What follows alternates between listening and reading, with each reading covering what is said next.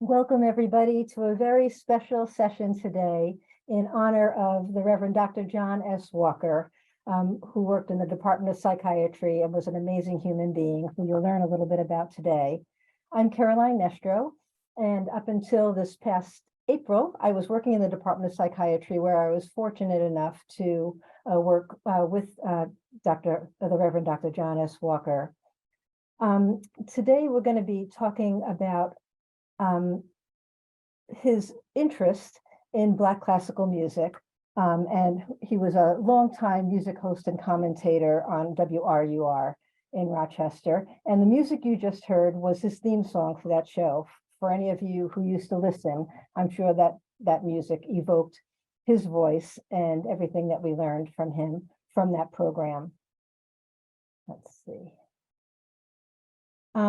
So today's program, I'm going to give a little bit of a background on the Reverend Dr. Walker for those who didn't know him. I'm not sure who's attending today, and it's hard to know how much information to give. There's so much that I could say about him. Then we're going to talk a little bit about his radio program.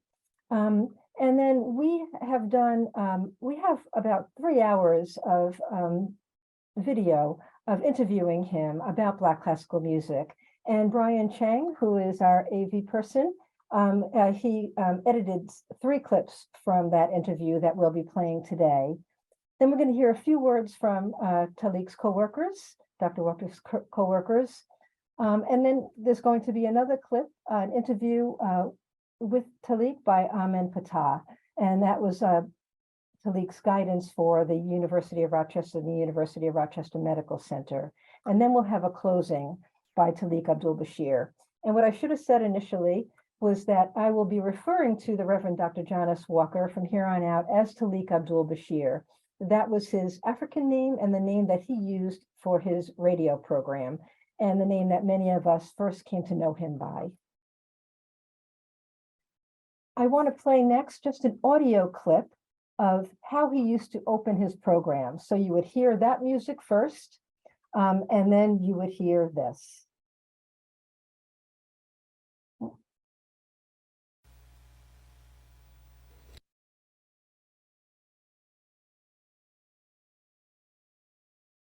A very pleasant good evening and welcome to another session of Black Classical Music, a serious reflection on the contributions of Black classical music masters to African American culture.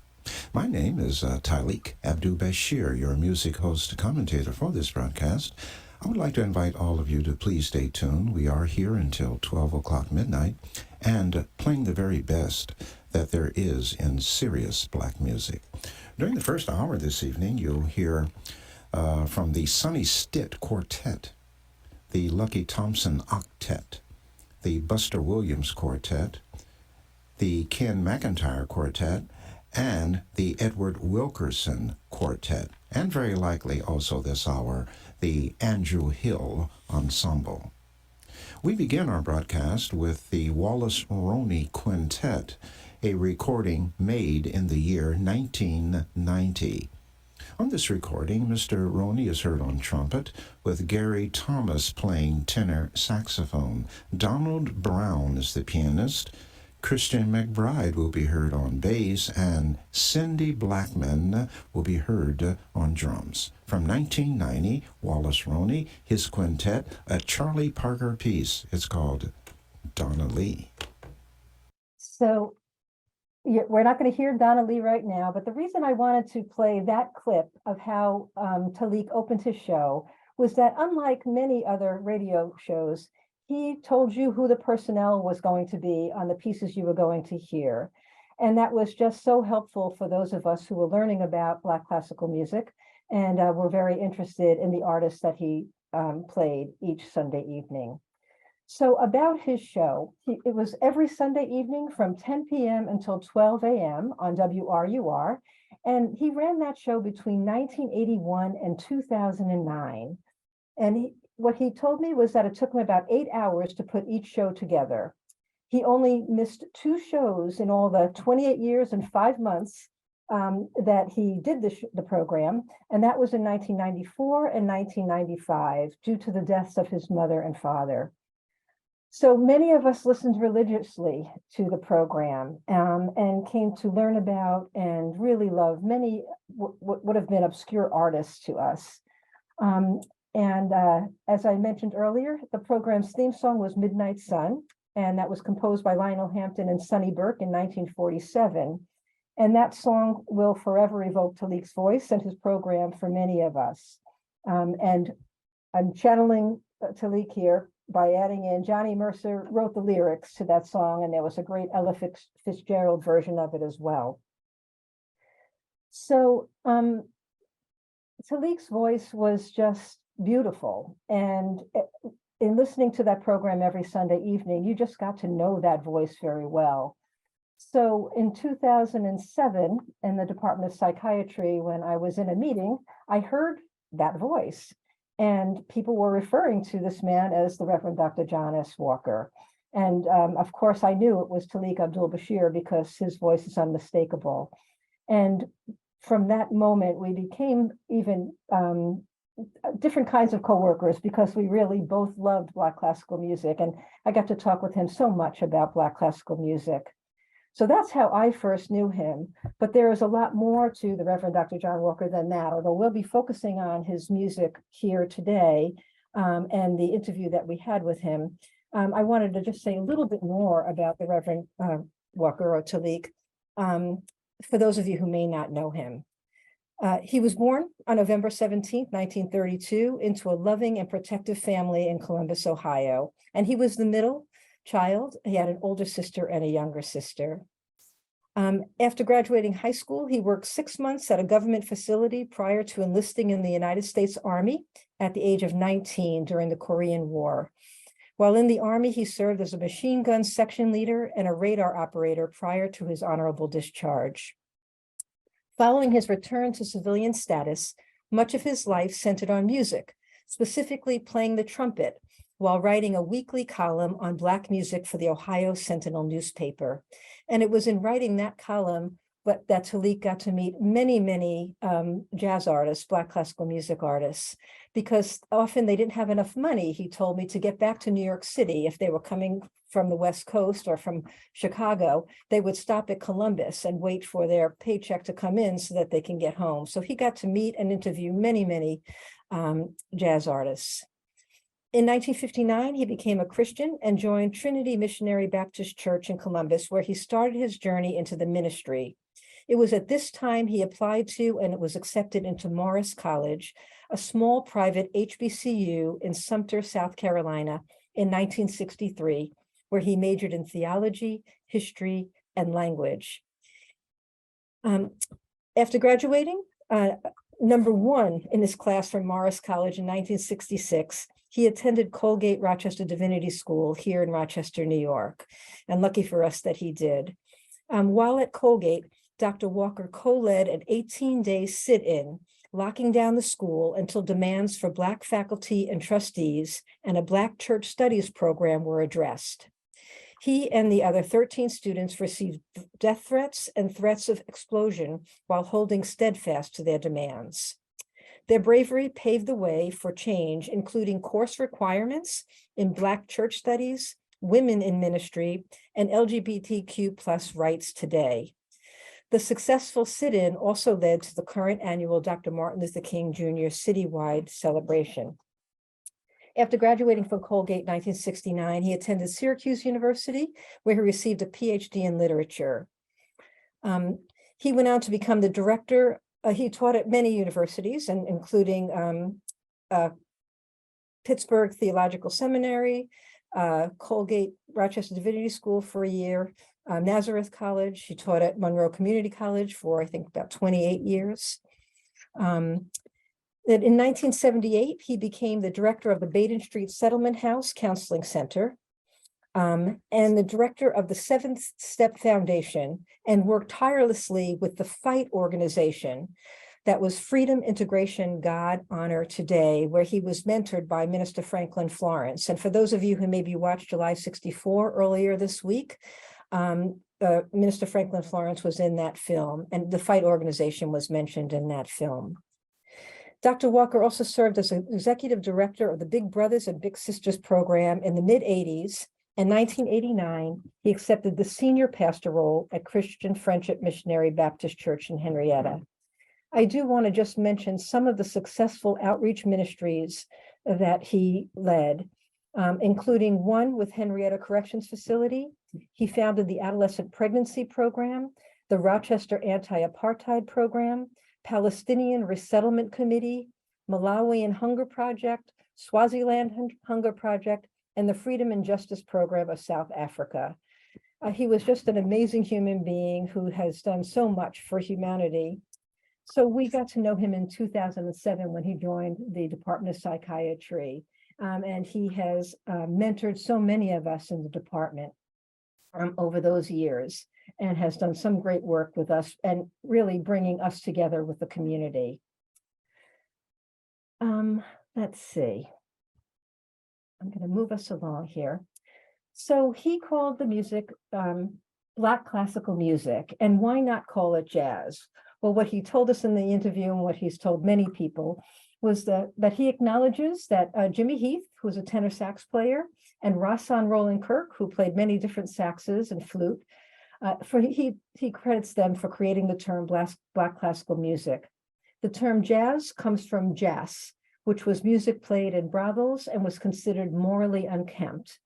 So what Talik tells us is that these musicians wanted to take jazz out of the vocabulary for Black people and really bring Black classical music into better standing, as it should be. So the interview, we have a little under 3 hours of Talik discussing the historical intersections of Black classical music and mental illness, drug and alcohol addiction, incarceration, poverty, oppression, and social rejection. All of the musicians that left the US for the sake of their humanity.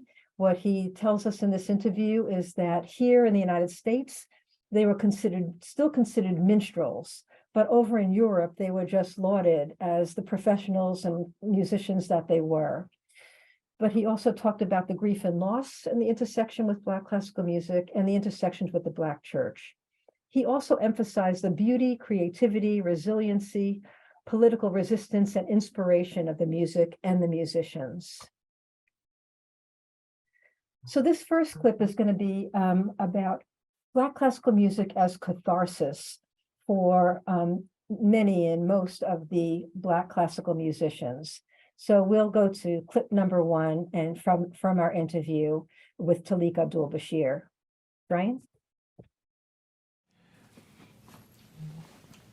Are there any other solos that stand out to you that were very cathartic, like it sounds like? Oh, very much so, very much so. As a matter of fact, every music, I hasten to say yes, but I decline to try to offer who they were because there's just so many.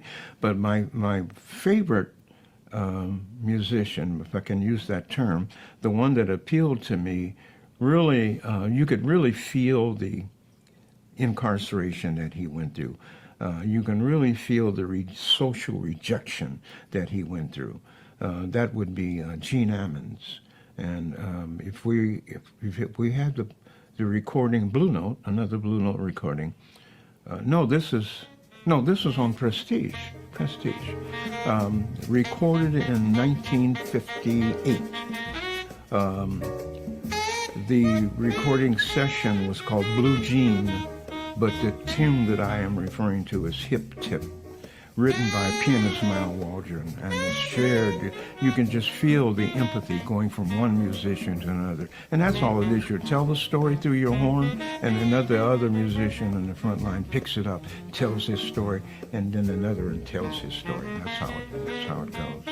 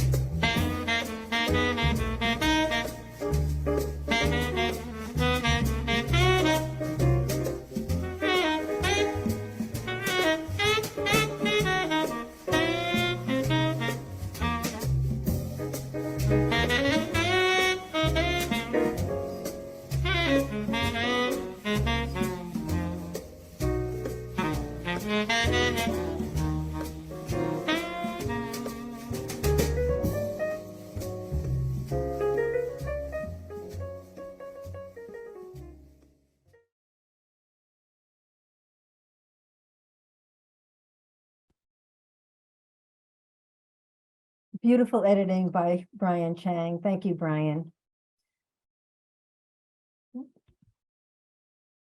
So a couple of the stories that Talik tells in the interview that we had with him was just how often, unfortunately, Black classical musicians really had to deal with mental illness and drug addiction. And he talked about tune Relaxin' at Camarillo, which is a tune by Charlie Bird Parker, and it was inspired by his 6-month stay in Camarillo State Hospital in Ventura County, California. And Bird had multiple stays at Bellevue Hospital in New York City as well, that Talik talks about in our interview with him. But he talks about when he came out of Camarillo, that he was really rehabbed and he seemed really, really so much healthier at that point. And I'm going to quickly look at my notes here because he talks about the music after that stint in Camarillo was some of Bird's best music ever. And I don't know that I could find it in my notes right now, but it was in the late 40s that he thought was Charlie Parker's best music, and it was after his stay at Camarillo. He also talked a lot about how frequently the Black classical musicians were arrested and incarcerated, and mostly for low-level drug charges. Even though a lot of white youth at the time who were really into Black classical music were smoking marijuana, it was mostly the Black musicians and Black people who were incarcerated for marijuana use. One of the stories he talks about is an album called Sounds from Rikers Island. Elmo Hope, great jazz pianist, Black classical music pianist, recorded this album from Rikers in New York City on August 19th, 1963. But many of the Black classical musicians were in Lexington, Kentucky Penitentiary was also another place where many of them were incarcerated. And they would tend to put the Black musicians together while they were being locked up. And so the best part about that, maybe the only good part, was that they got to play music together, and we have albums such as Sounds from Rikers Island. In the interview, Talik also expressed his clear love and admiration of this music and these musicians, and his enthusiasm. And talking with him and listening to him when he talked about Black classical musicians was just a joy, because you can just see how excited and enthusiastic he was about it. And I think this next clip will show you a little bit of that. And this is Talik talking about Ray Charles on the alto sax. Brian? Ray Charles, most of us think of him as a vocalist. He was. He was a great vocalist. But very few people ever heard him play the alto saxophone. And if you were to hear him play that alto saxophone, you would say, why in the world is he singing? Well, no money in alto saxophone playing. That's the first place. Secondly, singing is more commercial, so you get a wider audience. Now, the year was 1958. 1958. Ray Charles was scheduled, and his big band was scheduled for one of the Black sorority get-togethers they would have periodically. But Ray Charles was the draw. But late that evening, well, early that evening, late that afternoon, this was in July, I think, of 1958, a massive thunderstorm came. The band had already come and was in place, ready to go. But by 7 o'clock, everything was really upside down because of the rainstorm. The rain kept coming. So Ray Charles, I came early. I don't know why I came early, but I thank whoever was responsible for me getting there. I got there early, and I was very young then. I'd gotten out of the military, and I'd start writing for the newspaper. But I got there early, had a long talk with Ray Charles. I skipped his blindness with the exception of Rahsaan Roland Kirk. He had an interest in Rahsaan simply because he had heard of him. Rahsaan had not really cracked the professional line yet, but he was on his way. He had done the Argo recording, he had done the King recording, labels, and he was on his way. But we talked about him. And then Ray Charles just said, let's play something. I'm tired of sitting around.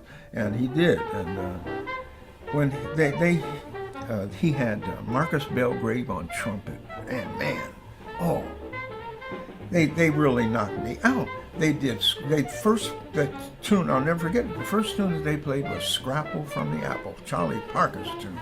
And I said, Lord, have mercy. Excuse my language, but that's what I said. I said, I am just blessed to hear these men play. But Ray Charles played alto. I mean, and then the rain stopped. I thought it would rain all night, but then the rain stopped, and then people started coming in, and they wanted to hear Ray Charles and the Raelettes and this, that, the other. I said, all right. But for about an hour, Ray Charles played alto. He never did belt a note. Singing. He just played his alto saxophone, and he played that thing. Oh, he played it.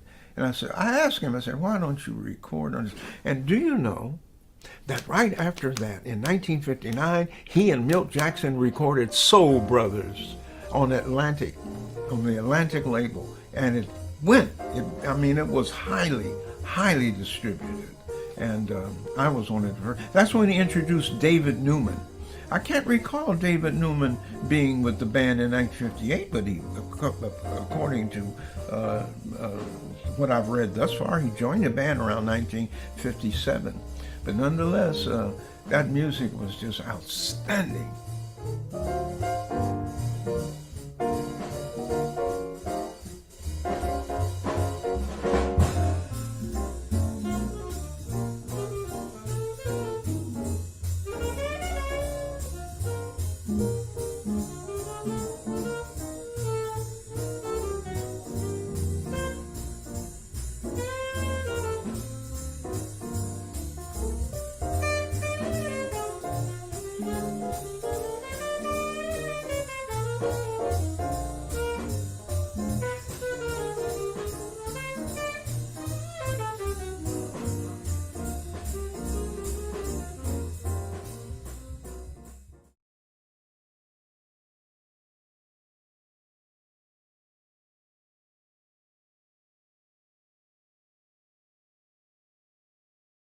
Well, that was just great seeing him. And I think I just saw something from Chanel out there who's watching, and that his enthusiasm is contagious, and there should be a book about his life written, and I agree. Let's see. So of the many laudable standards that Talik held, I'll always remember him urging older local Black men to take younger Black men and youth under their wing, to share their power with them and to mentor them. And I always do remember that oops, not yet, Brian. In one meeting, I remember him really speaking about that very passionately, that's what needed to happen so that younger Black men could make it and could make a difference in the world. And so this, I never really put this together, but this next clip is Talik talking about Miles Davis giving many young players their start. And it's a similar kind of a value. So take it away, Brian, for clip number 3. When these musicians would ask a younger, there's usually a very young musician, to join their bands, then people would really begin to listen to them simply because, well, he plays with so-and-so. That's what it was with John Coltrane. And the critics didn't like Train at all, but Miles did. So the critics had nothing to do with who Miles put up front, but that's who he put up front. And talking about Miles, that's how Herbie Hancock got started, with Miles. That's how Wayne Shorter got started, with Miles. Wayne Shorter called him because Herbie Hancock had told him that they were looking for a tenor saxophone player. And you want to know, why don't you, and Wayne Shorter had been kicking around with Art Blakey and others, Lee Morgan. He was some top flight musicians, but nonetheless, nobody really got Lee Morgan. You know, who are you going to listen to other than Lee Morgan doing in Blakey's band? Blakey solos, had several pianists like Bobby Timmons, who came along real well. It's another person who was besieged by drugs. But the other musicians were, I think, very, very strong. But getting back to Wayne Shorter, he called Miles. He got Miles's residential telephone number from Herbie Hancock. He called him Mr. Davis. He said, "Mr. Davis, I understand you're for a tenor saxophone player. I want to please volunteer my service to play with your band." And Miles, in that gruff, because he had the operation on his throat for cancer, he said, "Can you play something on your recording machine so I can hear you?" And so he did. He played a couple of sessions. He said, Miles said, the only thing he said, "You'd be at the club at 8 o'clock. And he said, "Well, when do we rehearse?" He said, "When we get to the club at 8 o'clock. Miles never had a recording session. Miles always played, and that's where they recorded. You know, they did it. That's where they recorded. And when they played, the music was perfect. And that new band of Miles, when it took the floor, Wayne Shorter was on tenor saxophone. Everybody was asking, who was that? Some people knew because they knew Art Blakey's music. But by the time Wayne Shorter got out of the Army, we got out of the Army about the same time, he went to back his home in Newark, New Jersey, and he started just playing around the town. Every fairly mid-sized to large cities, like Rochester would be one of the middle-sized cities, had bands. They had clubs. You know, we had clubs, that's all. Even if you just had in the black community the old tenor saxophone organ combo, you had a band, and everybody played, everybody. So whether or not you could play or not, you brought your instrument, you got a chance to play. So a lot of them played with musicians that were top flight, and a lot of them just played, you know. Make mistakes were just manifold, but that's all right. Play, you know. That's what I tell you. Play, just play. Sure. Don't worry about not being able to do this, do that. Just play. Be yourself. That's why we communicate with human beings. Be yourself. Be yourself. So it actually, all of this boiled down to Wayne Shorter really making a name for himself through his work with Miles.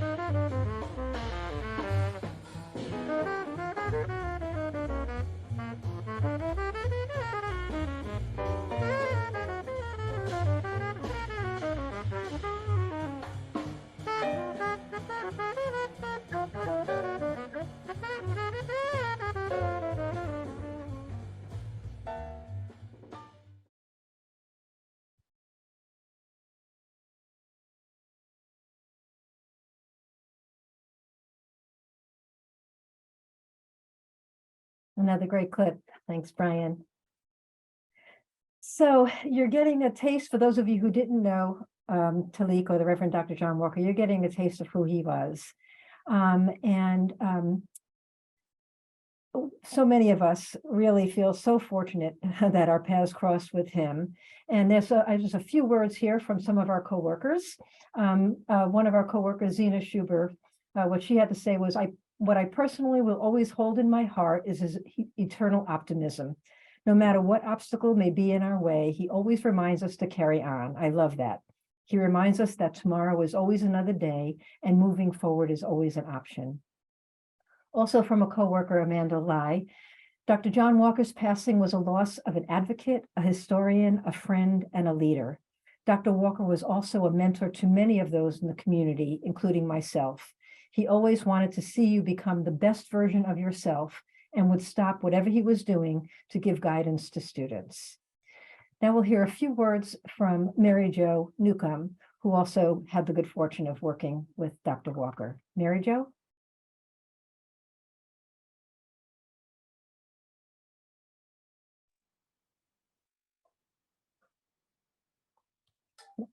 Can't see you. Okay, whoops.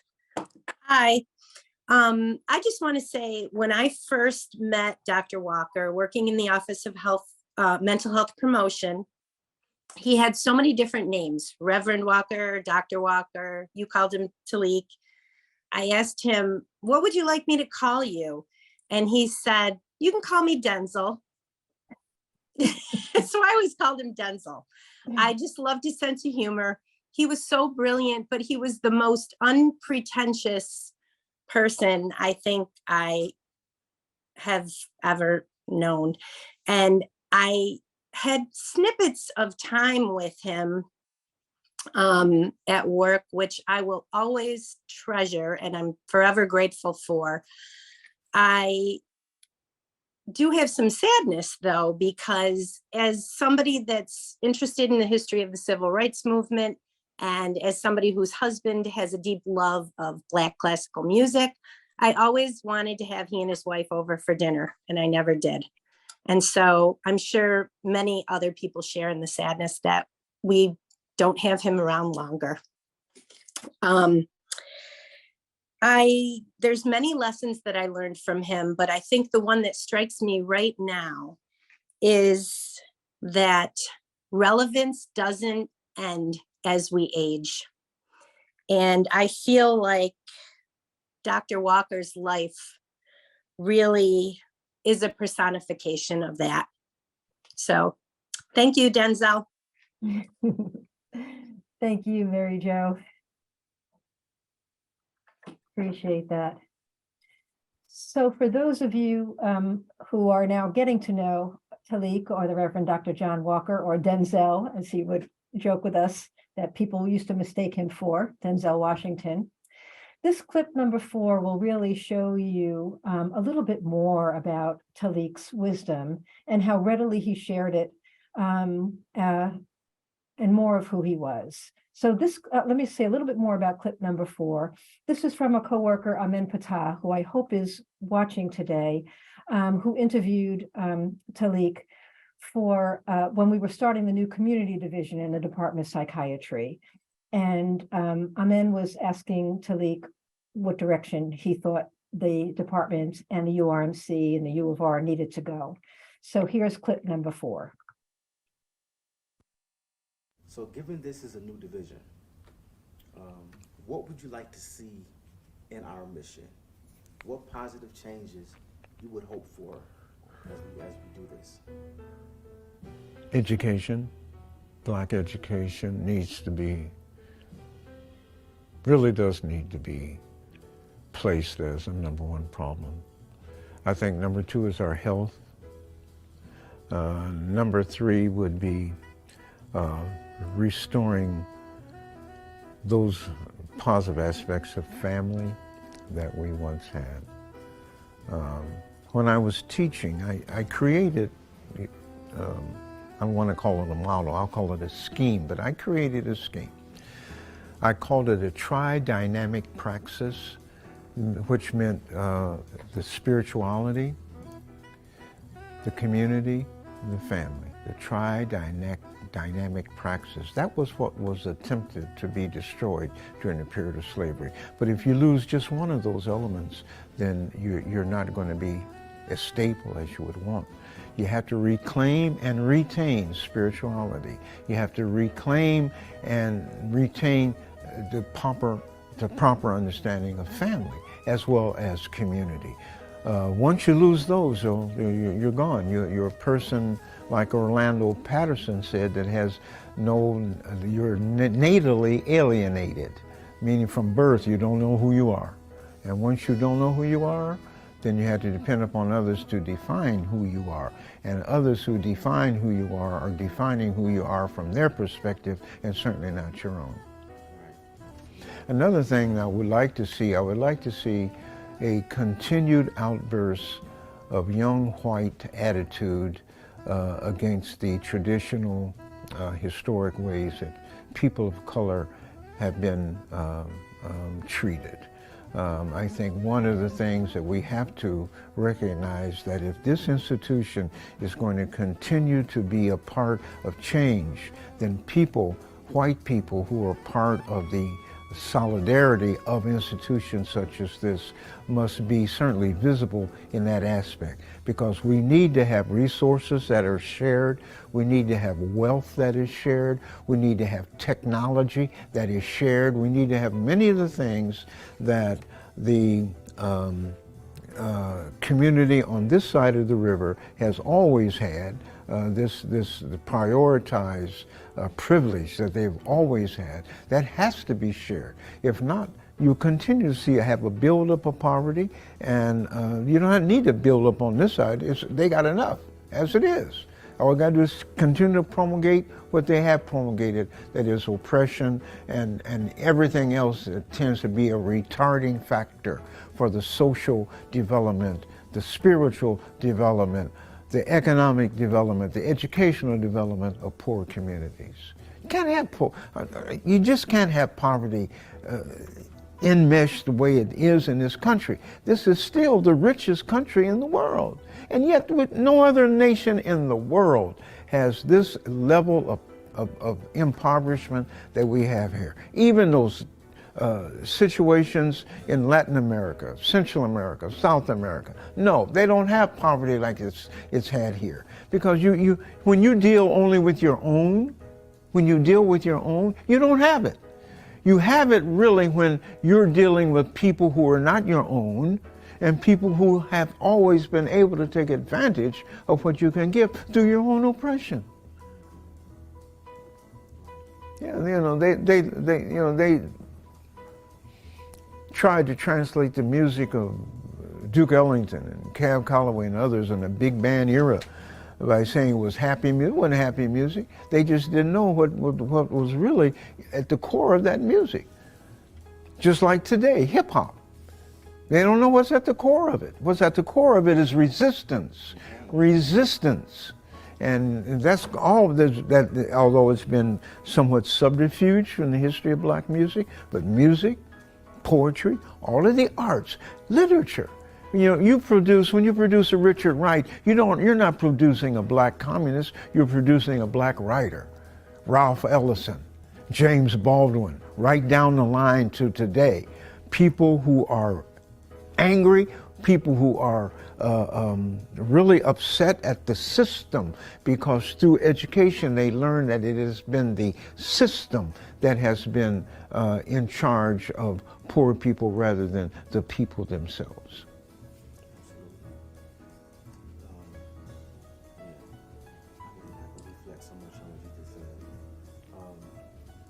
This conversation would go forever if I were to.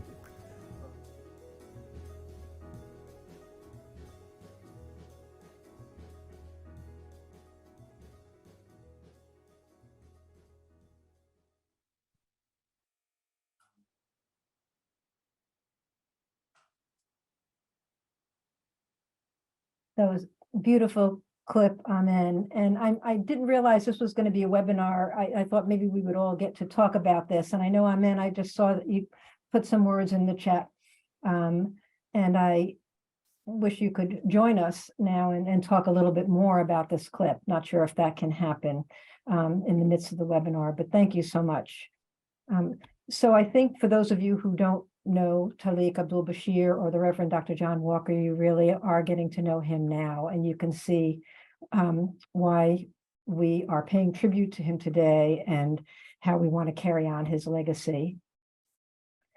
So what I thought I would do next is to go back to Taliq's radio program for a final piece and for his sign off. And then I have just some pictures to show you as well. Before I do, Amen, if you would like to come online, you can. You're being asked.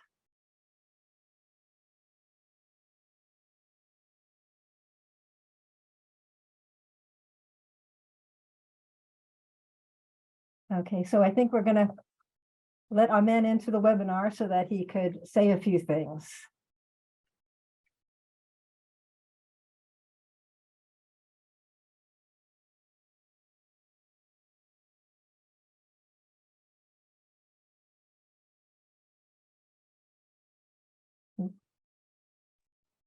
You're in. Can anybody hear me? Yes. Yes. Well, first of all, Carol, I'm sorry that I took so long to respond to you yesterday about this. However, I'm here, and I just want to first say that this is brilliant. I didn't expect to see this. How well put together this was, and the transitions with the music, the interview was just phenomenal. I've been sitting here taking notes because there's some things I'm still learning from him in his absence, and in his, he's a great ancestor. I'm gonna put it like that. Um, so I can say a little bit about this clip. That's just a small smidget of a profound interview. He had so much to say in like an over an hour conversation in that video. And the reason why I just extracted that piece is because it was forward thinking in terms of the direction that um the U of R should go in terms of the psychiatry department. I remember the whole conversations going around the community division at the time, and the energy that was being garnered around it. And Dr. Walker was excited about it because in his tenure of living in Rochester, um, like what he was describing inside the clip, all he saw was a lot of exploitation from the University of Rochester. And he's seen that there are some people that was invested in making the change and making the difference. And he felt compelled to really, you know, even as him being the elder that he was at that time when he was having the interview, um, he felt compelled to really talk about, okay, if we're going to be about this work, this is what needs to happen. This is what was happened historically. This is what is needed in order to change it. And so there was just a lot of wisdom that he was dropping throughout the piece. Um, and I'm gonna say I just miss him profoundly because I worked side by side with him in Office of Mental Health Promotion, and to be caught up in these vortexes, as Caroline would call it. Um, we used to get these deep vortexes conversations, and so much came out of that still holds me down to this day. Like I still walk with this stuff, this wisdom that is that just had a profound effect on me. So I'm missing him. I grieve him a lot. He's one of the names that I say in my libations now when I pay homage to my ancestors. He's one of the people that I say inside as I pour libation out in remembrance of him every morning. Um, yeah, I just miss him. I wish I had more time to spend with him during the time frame that he was here. Thank you so much. I appreciate you coming on. And I miss those vortexes as well. So I think we're going to go back to Talik's radio program for a final piece and for his sign off. And we'll do that. Let's see. Okay. Yeah, we'll do that now.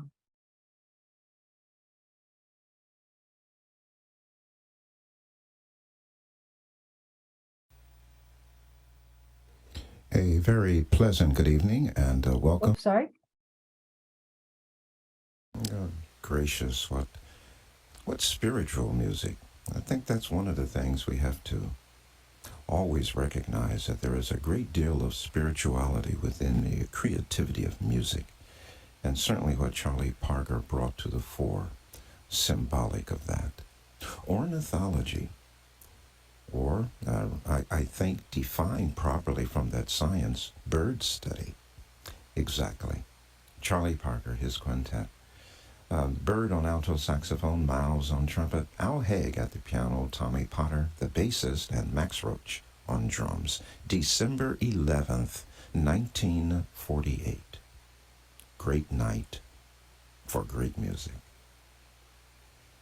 And we come now to our final piece of music for you on our broadcast. And once more at the piano, it's Al Haig. This is a trio work that was recorded on February 27th, 1950. Al Haig at the piano, Tommy Potter on bass, and Roy Haynes on drums as they perform Stairway to the Stars, the concluding work on this edition of Black Classical Music.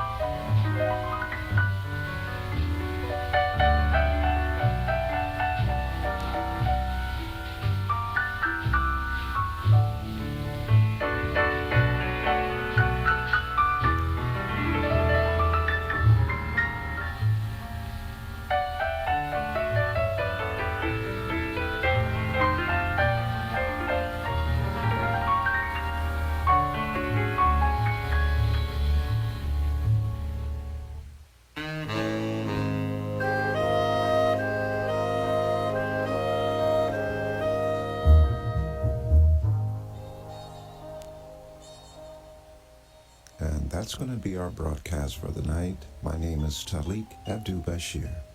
Thank you so much for listening. Please let me invite all of you to rejoin us on next Sunday evening at 10 o'clock for another session of Black Classical Music. Until then, I wish all of you a most pleasant good morning, a week of peace, a week of human reconciliation, and may God bless you all.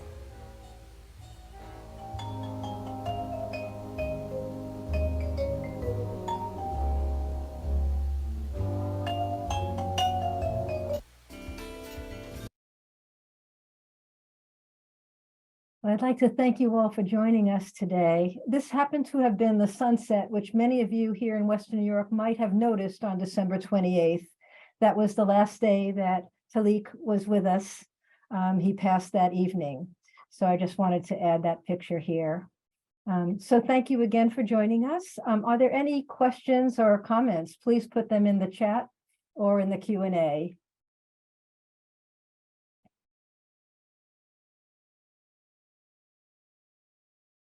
If not, I think we'll end here and give everybody a few minutes before your next meetings. So thank you again for joining us and really honoring and celebrating Talik Abdul Bashir, the Reverend Dr. John S. Walker. Thank you.